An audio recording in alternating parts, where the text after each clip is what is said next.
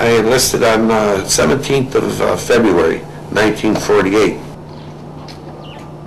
I was 17, and before the war broke out in Korea, I was a military policeman. I had 6 months left to do, and I went on a 15-day furlough. When I came back, I found out I was on orders for Korea.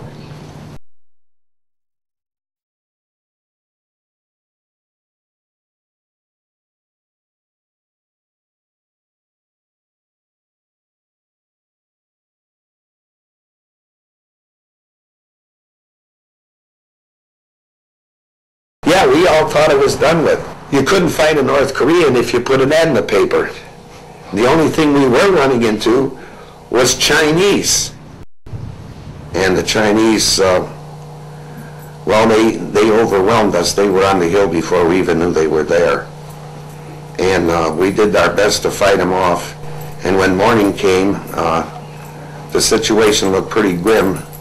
We had already found out that our regimental commander 5 miles behind us in his headquarters was overrun by the Chinese, and him and his jeep driver had been killed. Here is a map of North Korea. Here's the Fusan Reservoir, here's the Chosin Reservoir. Now these red arrows indicate how the Chinese came in and totally surrounded us there. Now the bad part of the whole evacuation from the reservoir is there was only one road out, and the Chinese that had swept in had control of this road all the way up to Kodo-Ray. Now Colonel Don Faith, the only officer left with any authority, took over the whole operation. In fact, they called it Operation Don Faith, or Faith's Task Force. And he got us together. We put our wounded on trucks and started to go south to Kodo-Ray and Haegaru.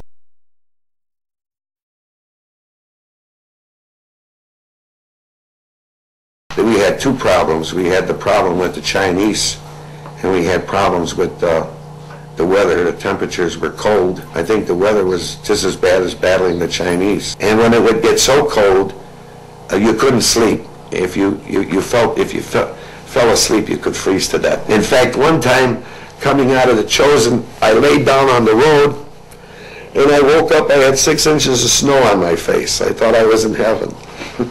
It was unbelievable. Actually, fighting the Chinese gave you the energy to move your body more. Because when we weren't fighting them, we seemed to be dragging our rear end and shuffling along the road and probably feeling sorry for ourselves. So I hate to say this, other veterans might find this offensive, but fighting the Chinese kept you running and moving around. It kept you warm. That's all I can say about that part.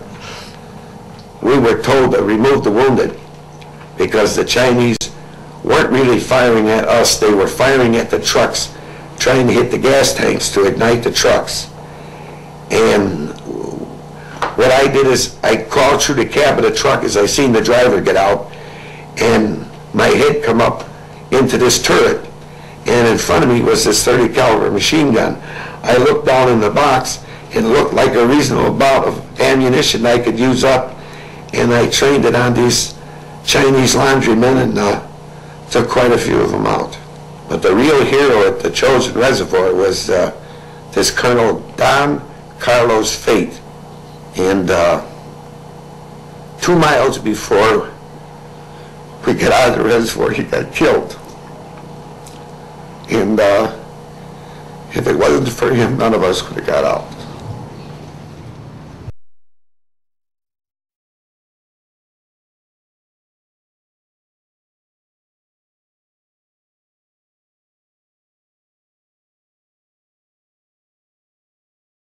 This is what I would say is my personal scrapbook.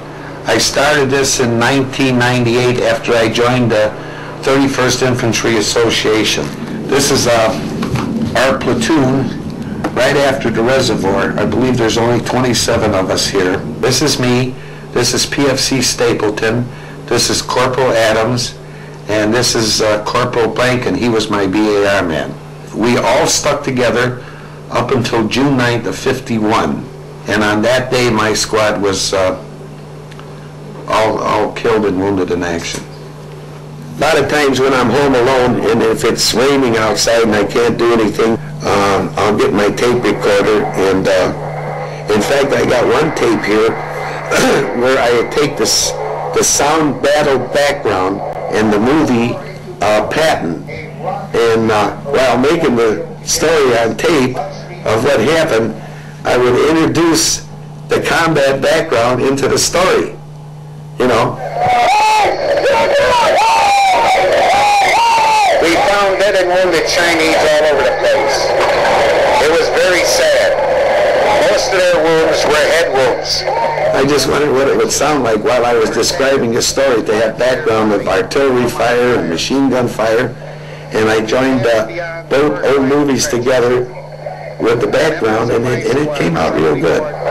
Once the attack started, he became another Sergeant York. He took on the entire Chinese army. He shot Chinese, he bayoneted Chinese, and he picked up Chinese grenades and threw them right back at the enemy. Another soldier told me that he had even killed 7 Chinese with an entrenching tool. An amazing feat. By June of 1951, we were professionals. And in about 30 minutes, we found out that we weren't as professional as we thought we were. Because at one time I stopped at the base of a tree that was destroyed by artillery, and I looked around and I seen our guys falling like flies, and we lost a little confidence there. But when we went up on that hill, we were going to go up there and kick some ass, and we found out we got our ass kicked. So you don't want to get overconfident. Sadly, I was the only one left in my squad that I had served with at the Trojan Reservoir. The others had either been killed or wounded and had been evacuated.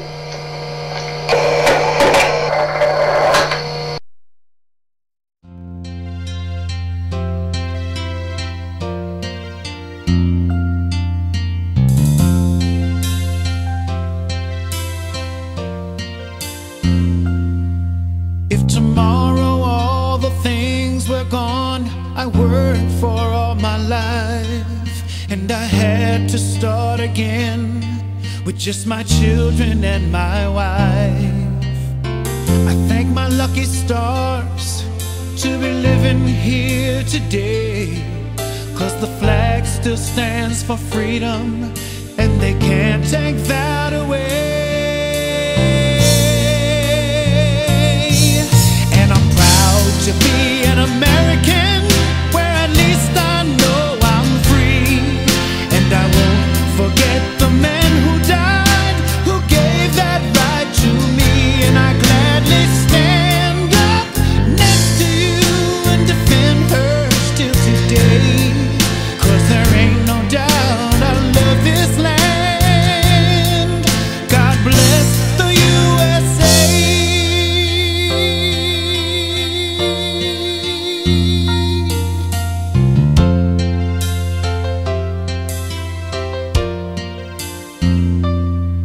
From the lakes of Minnesota to the hills of Tennessee, across the plains of Texas, from sea to shining sea, from Detroit down to Houston and New York to LA, where there's pride in every American heart, and it's time we stand and say that I'm proud to be an American, where at least I know I'm free.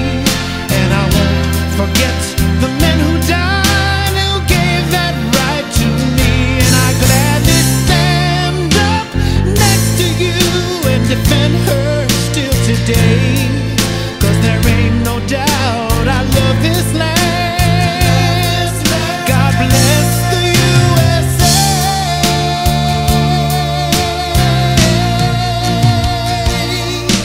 And I'm proud to be an American, where at least I know I'm free. And I won't forget the men who died, who gave that right to me. And I gladly stand up next to you and defend her